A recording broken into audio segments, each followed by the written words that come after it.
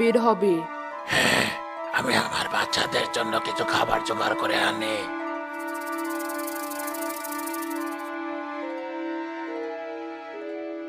মা সাপ ডিমের উপর বসেছিল। তখনই দুষ্ট দুই লোক সেখানে হানা দিল। তোমরা কারা? এখানে কি করছো?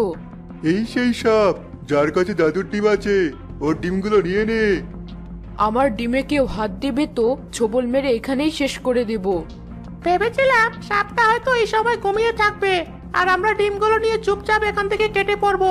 তার হলো না, এবার বিনটা বের করতে হবে দেখছি। বাজা তোর বীর, দেরি করছিস কেন?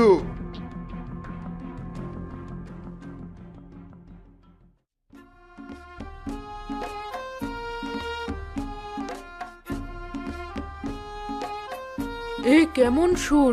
আমার শরীরটা নাড়াতে পারছি না কেন? তাড়াতাড়ি ডিমগুলো তোর বেগে তুলে নে, সাপটাকে বেশিক্ষণ এভাবে রাখা যাবে না।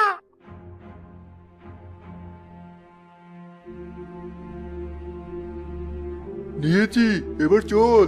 তারা, আমার পা কিছু একটাতে আটকে গেছে মনে হয়। ওই সাপটা তো তোর পা পেঁচিয়ে ধরেছে, ছাড়া তাড়াতাড়ি। সাপটার অবসরটা এত তাড়াতাড়ি ছেড়ে যাচ্ছে, তুই সাপটাকে আমার পা থেকে সরানোর ব্যবস্থা কর দ্রুত।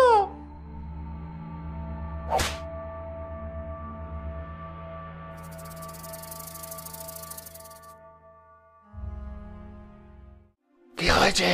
তোমার এই অবস্থা কে করলো? আর আমাদের ডিমগুলো কোথায়? হাতে লাল ফিতা পরা দুটো দুষ্ট লোক আমাদের ডিমগুলো নিয়ে গেছে। তুমি আমার চিন্তা করো না, আমাদের বাচ্চাগুলোকে উদ্ধার করো। কিন্তু তোমাকে এই অবস্থায় ফেলে রেখে কিভাবে যাই?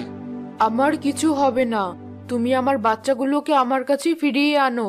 ঠিক আছে, আমি এখনই যাচ্ছি। মা বলেছিল বাজার থেকে ডিম কিনে নিয়ে আসতে। এখন বাজারে যেতে হবে। ডিমগুলো সব ঠিকঠাক আছে তাহলে?